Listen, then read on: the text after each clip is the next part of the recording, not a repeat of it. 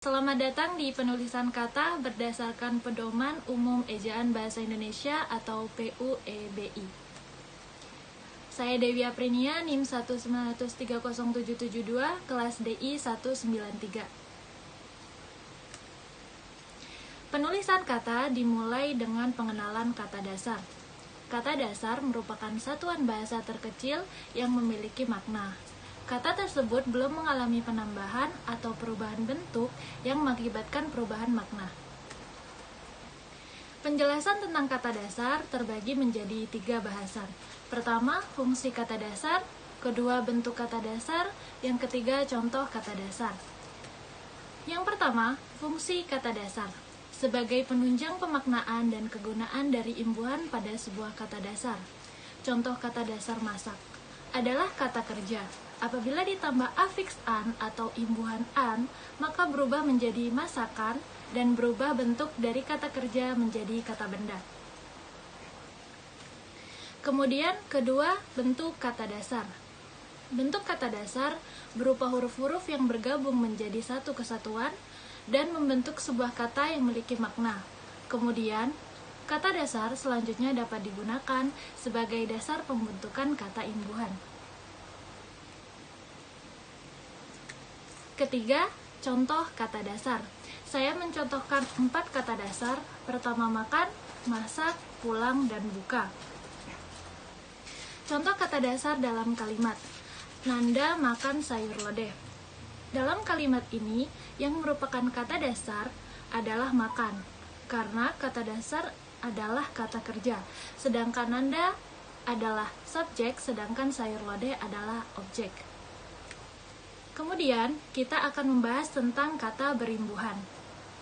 Kata berimbuhan adalah pengembangan dari kata dasar yang telah mendapat imbuhan berupa akhiran, awalan, dan sisipan. Jenis-jenis imbuhan terbagi menjadi 4. Pertama, prefiks, sufiks, infiks, dan konfiks. Imbuhan prefiks, yaitu imbuhan yang menjadi awalan, yaitu berupa meng, ber, ter, pe, di, dan ke. Kemudian sufiks merupakan imbuhan akhiran seperti an, kan, dan i. Infiks imbuhan yang ditaruh di tengah-tengah atau disisipkan. Di antaranya ada l, m, dan r. Lalu kemudian yang terakhir adalah konfiks, gabungan dari imbuhan awalan dan akhiran, yaitu ke dan an, ber dan an, pe dan an, per dan an, dan se dan nya. Contoh imbuhan, ada awalan atau prefiks, ter ditambah tidur, jadi tertidur. Ter adalah awalan, sedangkan tidur adalah kata dasar. Kemudian contoh sufiks atau akhiran, ada makan plus an menjadi makanan. Makan adalah kata dasar, an adalah akhiran, jadi makanan. Kemudian sisipan atau infiks, ada suling sebagai kata dasar plus er, jadi seruling. Kemudian untuk contoh konfiks atau awalan dan akhiran, ada ke tambah keras plus an menjadi kekerasan. Ke adalah awalan, keras adalah kata dasar, sedangkan an adalah akhiran. Catatan penting, imbuhan yang diserap dari unsur asing seperti isme, man, wan, atau wi tetap ditulis serangkai dengan kata dasarnya. Contoh, seniman, kapitalisme, dan lain-lain. Bentuk terikat yang diikuti oleh kata yang berhuruf awal kapital atau singkatan yang berupa huruf kapital, maka dirangkaikan dengan tanda hubung strip. Contoh, non-strip ASEAN, anti-strip PKI, dan lain-lain. Bentuk maha yang diikuti dengan kata turunan yang mengacu pada sifat atau nama Tuhan ditulis terpisah dengan huruf awal kapital.